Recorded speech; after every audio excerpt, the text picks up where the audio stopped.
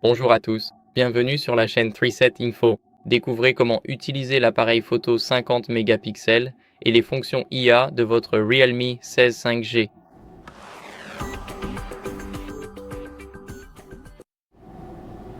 Tout d'abord, ce que vous devez faire, c'est ouvrir l'appareil photo. Ici, vous remarquerez l'onglet Photo et ce que nous voulons faire, c'est aller faire défiler jusqu'à plus. Maintenant, ici dans la section plus, nous avons quelque chose appelé haute résolution et c'est notre haute résolution. Donc ici, comme vous pouvez le voir, laissez-moi rapidement placer le téléphone comme ceci. Nous avons 50 mégapixels et nous ne pouvons pas le changer, mais nous l'avons ici. Donc maintenant, je peux simplement prendre une photo qui est en haute résolution et nous pouvons aussi voir que nous avons 50 mégapixels. Nous avons la haute résolution et elle ne fait que 6 mégaoctets.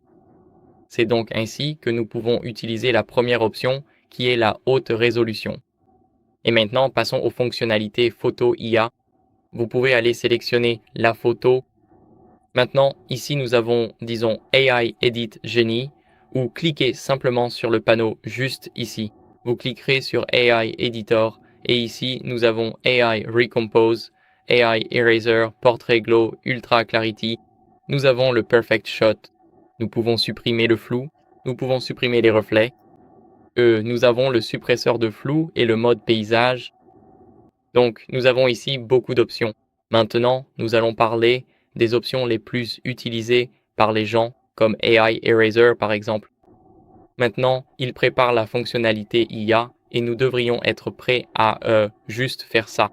Donc maintenant, comme vous pouvez le voir, nous voulons installer le plugin, le laisser se télécharger en arrière-plan et l'autoriser à nous envoyer des notifications. Une fois l'installation terminée, nous devrions être prêts. Maintenant, c'est installé. Nous pouvons cliquer dessus et comme vous pouvez le voir, nous avons le lasso intelligent, la fonction peinture et nous pouvons aussi supprimer des personnes de nos photos. Nous pouvons donc cliquer sur OK ici. Maintenant, je vais choisir le lasso intelligent et sélectionner le premier logo tout en haut ici. Ça devrait parfaitement le recouvrir et comme vous pouvez le voir, maintenant ça reconnaît. Ça va bientôt le supprimer. Donc, comme vous pouvez le voir, voici le résultat final. C'est comme si ce n'était même pas là au départ, même si nous avons la lumière juste ici. Ensuite, en gros, ça peut aussi être supprimé et ça peut redevenir comme si c'était normalement en arrière-plan. Donc pour moi, ça a déjà l'air bien, comme s'il n'y avait qu'un seul logo sur l'image. Bien sûr, nous pouvons annuler les modifications et nous pouvons peindre par-dessus quelque chose comme ça. Comme vous pouvez le voir maintenant, ça reconnaît, etc. Bientôt, nous devrions pouvoir simplement voir les résultats. Donc, ils ont l'air vraiment mauvais et c'est normal parce que c'est juste une peinture par-dessus. Et maintenant, comme il n'y a personne sur cette photo, ça ne fonctionnera pas.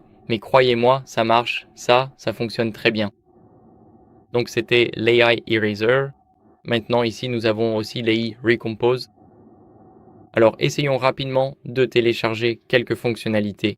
Je ne vais pas montrer chaque fonctionnalité ici parce que je veux vous montrer les plus importantes.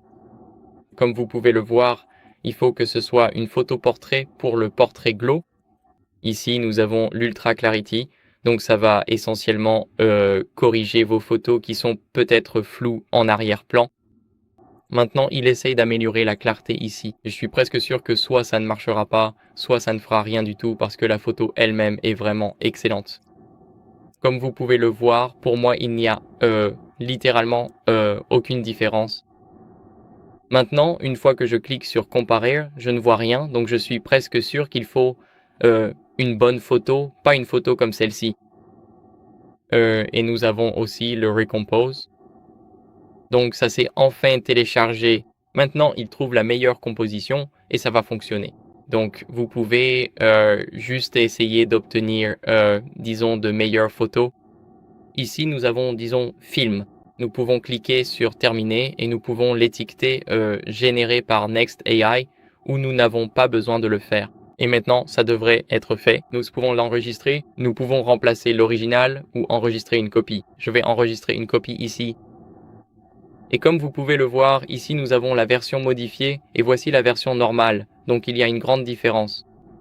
Maintenant, cela semble plus détaillé mais c'est juste retouché par l'IA.